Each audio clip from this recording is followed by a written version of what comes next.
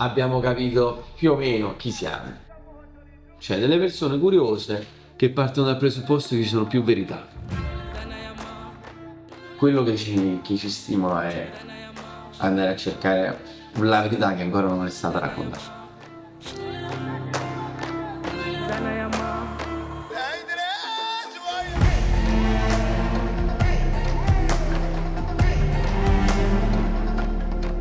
Il viaggio come incontro con l'alterità, con l'altrui, il tema della reciprocità è emerso più volte nei vostri racconti. E l'incontro con l'altro, che significa non soltanto l'altra persona, ma l'altro luogo, l'altra condizione, l'altra cultura, che non è la mia, ma in quel momento mi arricchisce, mi evolve, non mi cambia, ma evolve la mia condizione, perché diventa parte di me e l'altra parte probabilmente viene arricchita dalla mia esperienza.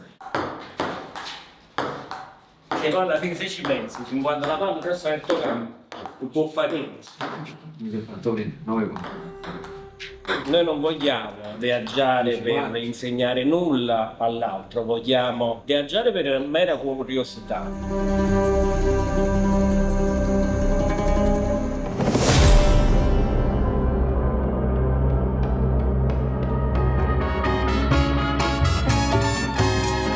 Give it to me.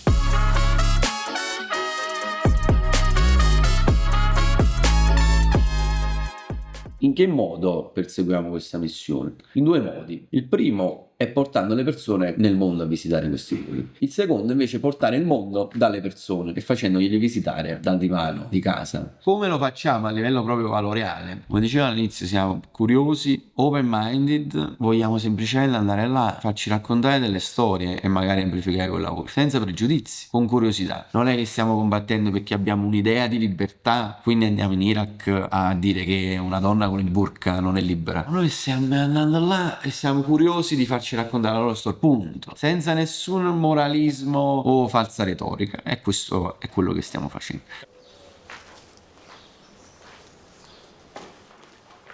Ecco, il marchio poi serve a quello, a sigillare una visione, un po' come succedeva anni fa quando con i mercanti di bestiame sentivano l'esigenza di marchiare il proprio bestiame per un senso di appartenenza. Il brand fa esprimere una visione sotto una forma innanzitutto visiva. La parte visiva è quello che poi racchiude il mondo fatto di tante cose, fatto di suoni, di immagini, di valori, di parole, di dialoghi, di interazioni. E poi una strategia, la cosa che vedi è sempre la parte visiva, no? È proprio l'interfaccia di ciò che c'è dentro, non sotto, c'è proprio dentro, nel nucleo.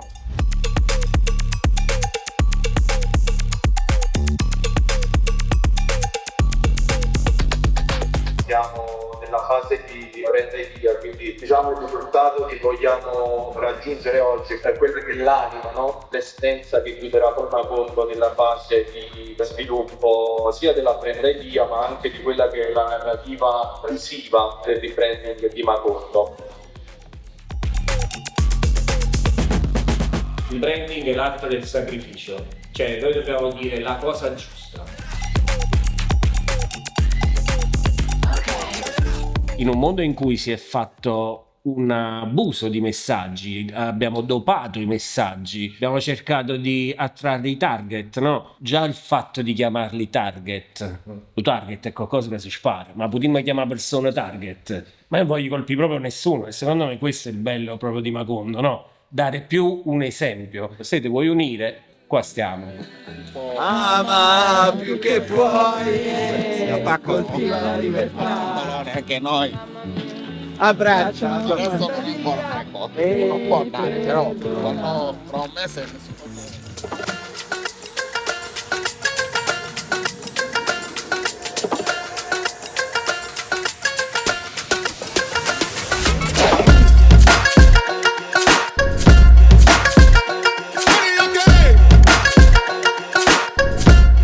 Una volta su uno ho letto proprio l'occhio vede tutto tranne se stesso, quindi ci credo a sta cosa.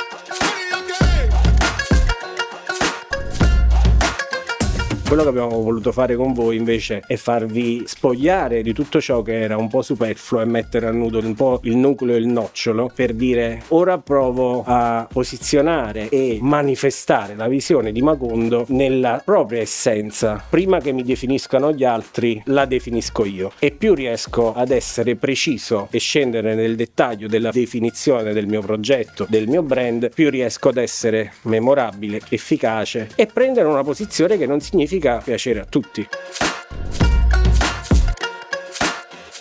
Significa dialogare con chi è interessato a dialogare con Macondo in questo caso. Con voi abbiamo fatto proprio un processo di espellere il superfluo, espellere le stratificazioni che inevitabilmente si riformeranno lungo il percorso, no? Però avere un manifesto chiaro ci dà anche la direzione, quando ci capiterà di perdere un po' la bussola, di riagganciarci a quella che è l'essenza, che non è una cosa poi scritta nella pietra, perché il progetto evolverà, dovrà evolvere, però evolve su una direzione ben chiara. Con Macondo abbiamo provato a definirci il più possibile nella rappresentazione dell'intento documentaristico. Il next step dovrebbe essere quello di trarre un'ossatura un po' più profonda dai dialoghi che abbiamo fatto, per poi consacrare quella che è una brand idea con la sua personalità.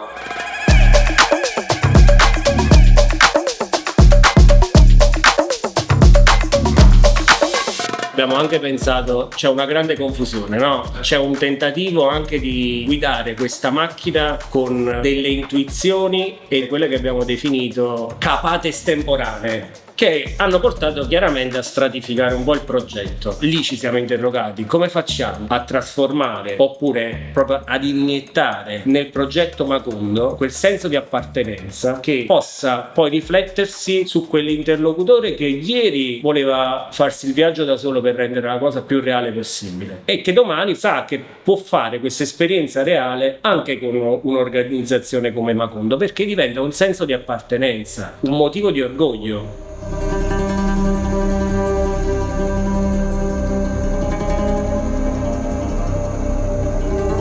Con Macondo ti dovresti sentire parte della narrazione, dovresti immergerti, fai parte proprio di quel documentario che poi Macondo farà.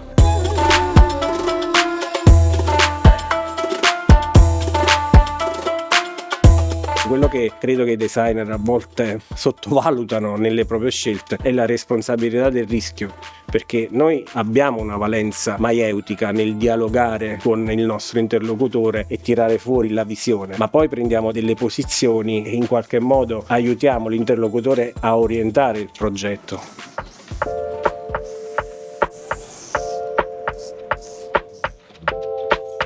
Wow.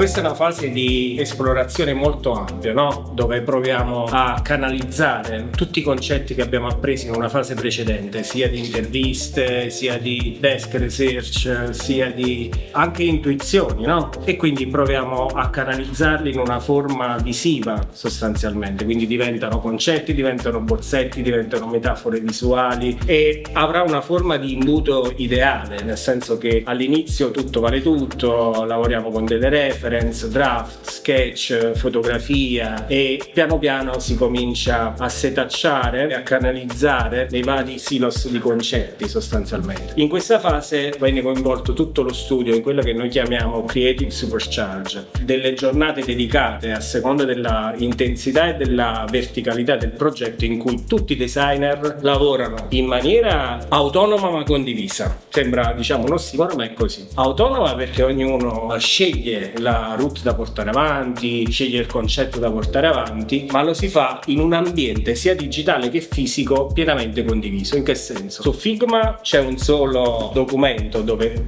tutti guardano quello che gli altri caricano o le elaborazioni che vengono fatte. Puoi prendere dei pezzi che magari stai elaborando, Martina, in quel momento, combinarli con la tua idea, che noi crediamo molto in questo processo di condivisione, no? Siamo contro l'autorialità e a favore di un sistema di progettualità collettiva.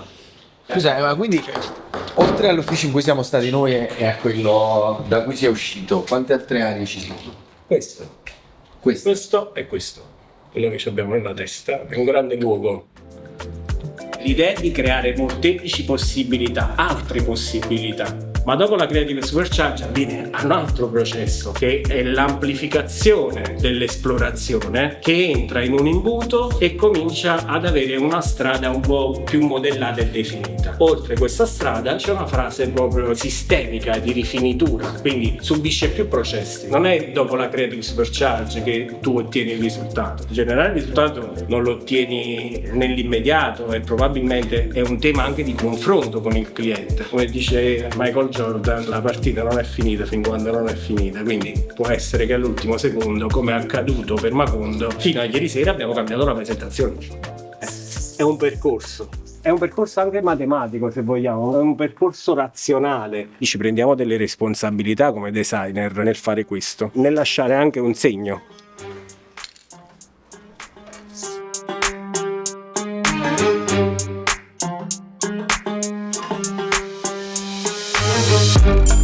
Macondo è così esperienziale che probabilmente può raccontarsi anche attraverso delle contaminazioni.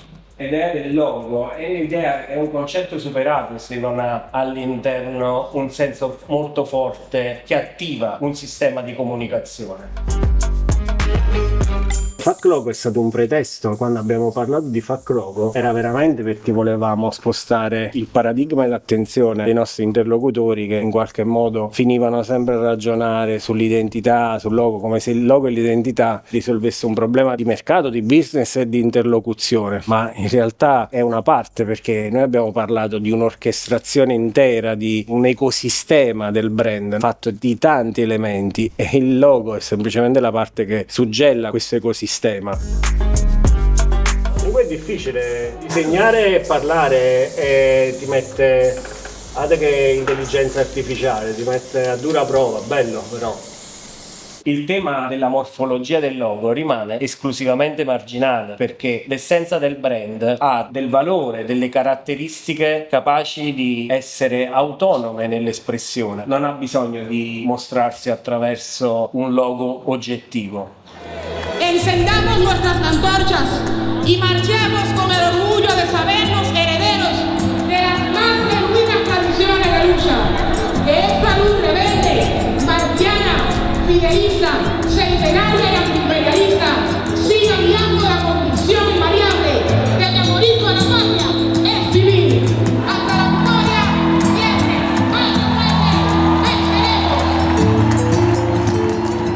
Come facciamo a trasformare questa profondità e questo animo nobile rispetto al concetto di viaggio, di vivere il viaggio in una maniera quanto più vera possibile, eccetera, che è nell'animo di Macondo?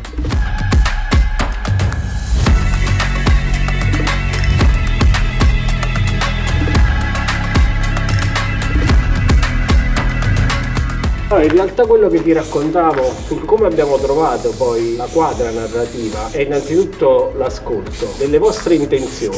La prima cosa che abbiamo fatto è stata ascoltarvi in una maniera silente, e questa idea ce l'abbiamo trovata anche nella vostra idea di documentare, e quindi da qui è nata l'incontro con l'alterità, questo incontro silente che non vuole dominare, non vuole imporre il proprio punto di vista, vuole semplicemente ascoltare. Da questa idea, diciamo, di una presenza che non vuole dominare ma ascoltare per poi testimoniare, è nata, diciamo, l'iconografia dell'occhio silente, che è un manifesto, non è soltanto un logo, è proprio il manifesto di questa visione che sta lì e in qualche modo carpisce quello che accade.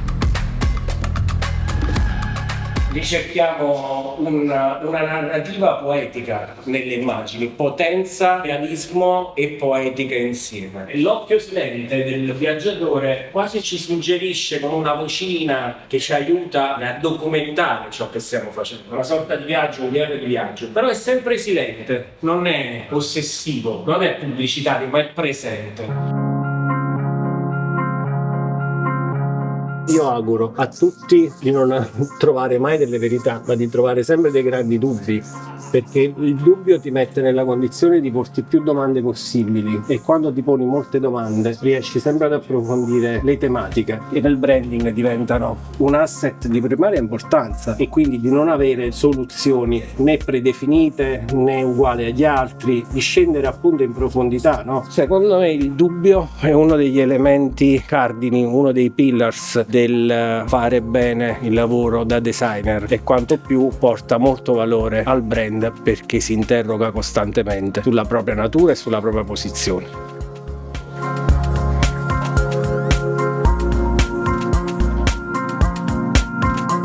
Ci ho rivisto tutto quello che siamo e che vi abbiamo raccontato in una maniera più ordinata. È sempre bello quando qualcuno mette ordine ai tuoi pensieri. Non ci avete presentato qualcosa di diverso o un altro punto di vista sul nostro progetto, ma semplicemente siete riusciti a canalizzare, no, i nostri pensieri, a togliere il superfluo, quello che ci poteva portare fuori rotta, e avete fatto una fotografia ordinata e soprattutto percepisco un metodo da attuare. Una volta che vi abbiamo portato a bordo di questa storia, noi possiamo pure cambiare adesso il logotipo.